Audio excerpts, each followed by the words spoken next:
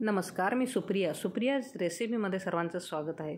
Diabetes special उपवासाचे healthy लाडू साखर, गूळ किंवा मध, खजूर, स्टेविया न वापरता हे लाडू मी बनवलेले आहेत. तर हा लाडू एक मी तोडून दाखवते. अतिशय खायला सुंदर आणि तोंडात टाकताच विरघळणारा हा लाडू तुम्ही नक्की ट्राय करून बघा. सध्या श्रावण चालू होत आहे, त्यामुळे अनेक जणांना अनेक उपवास असतात. त्याचप्रमाणे डायबिटीस असल्याने काय खावे कळत नाही, त्यामुळे हा लाडू हेल्दी असा आहे.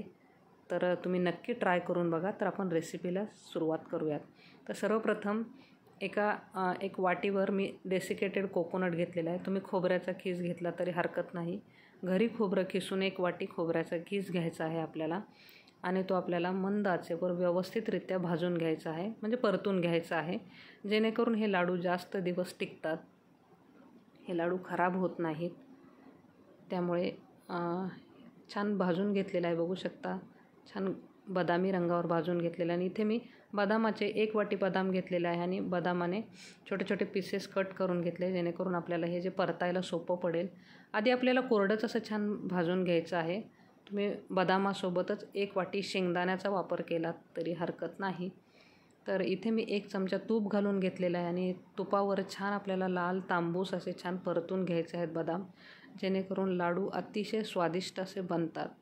तर कच्चे बदाम वापरण्यापेक्षा असे छान जर आपल्याला परतून घेतले ना, तर हे लाडू अतिशय सुरेख असे बनतात. तर बदामाला थोडा वेळ लागतो. तर बघू शकता, बिलकुल जास्त तेलाचा किंवा तुपाचा वापर केलेला नाही. तर छान याला लालसर परततच मी थंड करून घेणार आहे. आणि इथे मी अक्रोडचे पीसेस करून घेतलेले आहेत. अक्रोड आणि इथे मी काजू घेतलेले आहेत, काजूचे तुकडे करून घेतलेले आहेत. तर ते पण आपल्याला आधी सर्वप्रथम थोडंसं भाजून घ्यायचं आहे, परतून घ्यायचं आहे आपल्याला. आणि छान याला परतलं की इथे मी 1 चमचा तुपाचा वापर केलेला आहे. तर तुपाचा वापर, जर तुम्हाला कोलेस्ट्रॉल असेल, तुपाचा वापर नसेल करायचा तरी हरकत नाही, पण थोडंसं तूप वापरलेलं आहे, त्यामुळे लाडू छान बनतात. तर इथे मी मनुकांचा वापर जास्त केलेला आहे. तर 1 वाटी, ज्या वाटीने खोबऱ्याचा खीस घेतलेला आहे त्याच वाटीने मनुका घेतलेल्या आहेत. तर यामध्ये तुम्ही मखानाही ॲड करू शकता. तर हे जे मनुका आहेत ते छान आपल्याला 1 चमचा साजूक तुपावर छान परतून घ्यायचे आहेत. तर छान असं याला हे मनुका आपल्याला फुलले गेले पाहिजेत. थोडासा तुम्हाला डिंकाचा वापर करायचा असेल तरी करू शकता. तर छान हे आपल्याला परतून घ्यायचं आहे.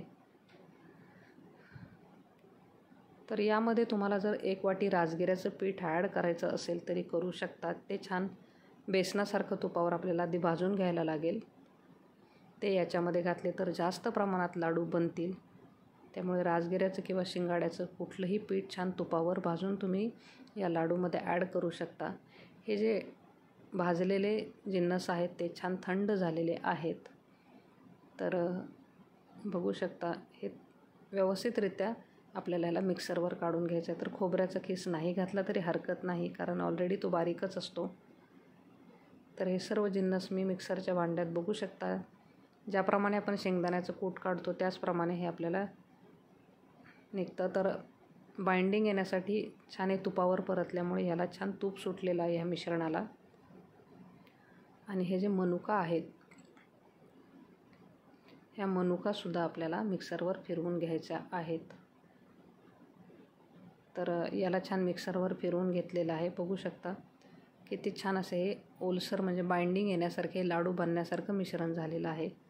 यामध्ये तुम्ही छान काजू बदामाचे जे परतलेले तुकडे जरी ॲड केले, मी सगळेच मिक्सरवर काढलेले आहेत. तुम्ही थोडेसे वरती घातले तरी छान दाताखाली आल्यावर हे लाडू अधिकच छान लागतात.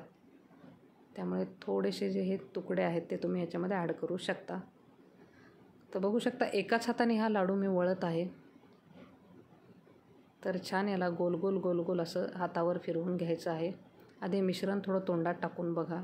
तुम्हाला खूपच जर कमी गोड वाटत असेल तर एखादी खजूर ॲड करू शकता, पण हे लाडू खाऊन पाहिल्यानंतर अतिशय छान लागतात. बिलकुल दुसऱ्या गोड पदार्थाची, म्हणजे खजूर, मध, साखर, गुळाची गरज लागत नाही.